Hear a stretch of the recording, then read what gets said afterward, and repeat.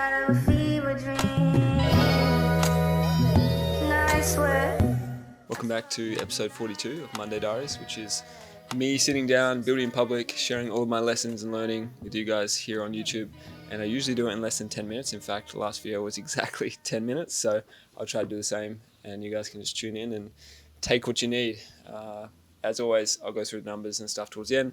And at the start, I'm just going to give you a really raw update. And I recorded most of these notes like 24 hours ago. So if you hadn't noticed, I'm not in Australia anymore. I'm over back in Indonesia. I'm in Lombok for a couple of weeks.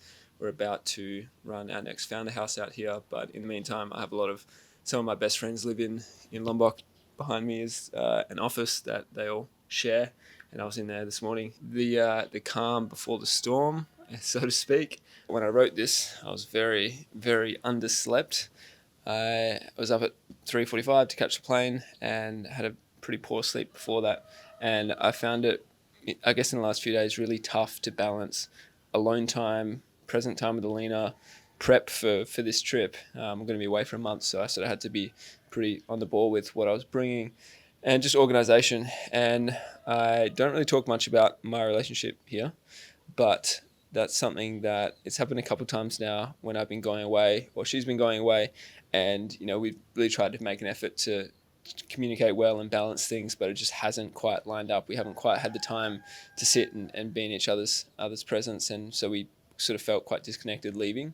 99% of the time, Alina's incredible and very supportive. And to be honest, most of it probably comes from my side. I just wasn't in the state. I was very numb and just like not very conversational. So it was more of me, but it's still, a point of friction that I want to solve and get better at with her, because it means that these trips become easier, when we're both feeling flowy and natural and both on board with it. So she's coming out here in a couple of weeks for Cammie's wedding as well. And then we go off again on separate trips. She's going to South Africa and I'm going to the east coast of Australia. So we'll see, third time lucky, we'll see how we go with that. But I just want to be honest, things I'm facing outside of the business as well as in the business. So obviously out here in Lombok, and the last time I was here for a Founder Residency that we ran, we basically speed built an entirely new product, which is now the Founder Sports Club. And that has 600 members, about 4K a month recurring revenue. So excited to see what the next week or two looks like. We've got 8 of our Art of Mondays members coming out. Everyone from creators building personal brands to e-commerce guys, done 10, 20, $30 million a year. And really excited a lot of them I haven't met in person. I know all of them because I spoke to them all coming in, but not all of them in person. So excited to share the space and spend some time with them and see what comes out of it. Oh, and our content guy, Rumi, is going to be over here cooking up videos for YouTube for you guys. And we're actually going to interview a bunch of the folks that are going to be there and get their ideas down on paper as well, so you can benefit from that. So into a big win of the week. There's a guy called Alex Smith. He wrote the book No Bullshit Strategy. It's a great book about positioning and how to be seen as the only option in the market and essentially not have competitors and not be worried about competitors. And he has a newsletter, and I replied to his newsletter a few weeks ago, and I just said, hey, Alex, love to help. He was basically he's working on some new products, and I said, love to help. He goes, what do you do? And I mentioned Art of Mondays and how we have a group of young founders and how they're all really his target market for what he's building. He's essentially building out a course to help people with their strategy. And he was like, yeah, let's chat. And as a result of me replying and sending a cold email to this guy, we're now in contact. He actually ended up giving me access to the course, like the beta version of it. So I've been able to go through that training as well. He's also going to come in and do a Q&A with our Art of Mondays crew. He's got so much value to share, and all of that came from just sending an email. So it's a sign to you to take the extra 30 seconds or a minute or even half an hour to send that email or message someone, because you never know what comes out of it. And I think that was a huge win. Now for a big idea, which was sparked from Alex's course and education material that he gave me access to. I've talked about a little bit of this stuff previously on YouTube, but it's such a nice reminder in very simple frameworks that he has. So if you have something that people are willing to pay for and they can't get anywhere else, that's the equation. Willing to pay for it and they can't get anywhere else. That is like the formula for a great business. And without one of them, you don't have a great business. For example, if you have something people are willing to pay for, but there's many places they can get it, then you're commoditized. There's lots of competitors, lots of people and places they can go to for your solution or your product. And on the flip side, if you have something that they can't get from anywhere else, but no one really wants to pay for it, is willing to buy it, then you probably have a product that's maybe too innovative or doesn't really solve a problem. You think people want it, but they actually don't want it. So that's also a bad thing. So you need two sides of the equation. And if you don't have that, keep going until you find that, because that is like truly the equation that matters. You want to be seen as the only, and you want to know what you do and know what you don't do. For example, with Art of Mondays, we are essentially a members club. There's a lot of members clubs that exist in the world, so we're not the only members club that exists. However, our positioning is very much in the young lifestyle founder space, and by lifestyle, it's essentially that people are building things online, have the flexibility and the freedom to do it wherever they want, and they care about health and balance and their mindset as well. So by that positioning, we're then put into this category that's quite different to some of these other members clubs. A lot of them are really about status and money and potentially luxury experiences, whereas we kind of take a more of an authenticity kind of approach. And as a result, when people come across our stuff, it really is a feeling of, I've never seen this before, or this like feels very different to what exists already. So by definition, our business model isn't any different, but we are perceived as different, and only because of our positioning within that business model, because of our product within that business model. So there's ways you can do it. We've been aware of that and actively working towards it, but kind of also stumbled into that just because we're building for ourselves and what we want to see in the world. And it's been really well received. I mean, last month was our biggest yet, 55,000 in revenue. This month's probably be bigger than that.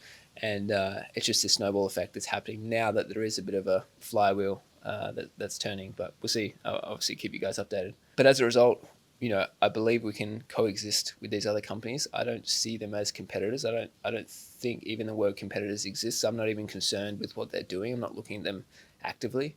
Maybe top level, you do, just to see if there's anything you've missed that your customers might want. But otherwise, I don't know, just don't compare or associate with them. And I think it allows us to create something really unique, and encourage you to try to do the same. Okay, now over to business updates. Art of Mondays first. We've had 335 applications. We've accepted 53 members. The average member is 27 years old and runs a online business.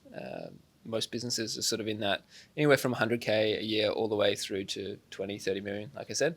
And we would consider them lifestyle founders. And so we've cracked 200,000 in revenue ourselves since the start of this year, with a few more members that jumped in last week, conversations that were already booked, and we decided to honor and let them in on the intake, even though the intake was last Monday. So that's Out of Monday's update. Founder Sports Club update. We're at 592 members, which is up 59 from last week, and now just over 4K a month in recurring revenue, but still a lot of holes to fix with that product. The product itself, we're finding it easy to acquire customers, but retaining customers is another conversation. So we need to tighten up on that customer experience. And the Sports Club is where we introduce you to 3 other founders in your city once a month on the first of the month. And the issue is when they don't reply to the email, when no one else sort of initiates the conversation, you kind of don't get the value. And as a result, maybe you're like, screw it, maybe I'll cancel this subscription. So that's a problem we need to solve. But all things considered, I think we're pretty on track. We want to hit 5,000 members by the end of the year, which is ambitious but very possible, with less than 10% churn, which is probably the hard part that we need to really get right. So that's coming. Personal brand growth stats. I'm at 7,540 subs on YouTube. That's up 48. Probably my slowest week so far. So if you see this, send it to a friend. Let them know. 148.6K on Instagram. That's down about 300. TikTok is at 329.9K. That's up a little bit. And Art of Monday's Instagram is at 8,516, which is up 623 and just continues to snowball. And what's really cool about that is I'm starting to see people that I really look up to, in the last 5 or 10 years in business as creators. Starting to see them now either follow the account or engage, send a DM, get the auto replies, which is just like a dope full circle moment when you can create something that brings them in, when they were people I really learned from in my career. Something to ponder is, what does your dream day look like? Can you write it out hour by hour? Can you feel how it actually feels to live that in each moment?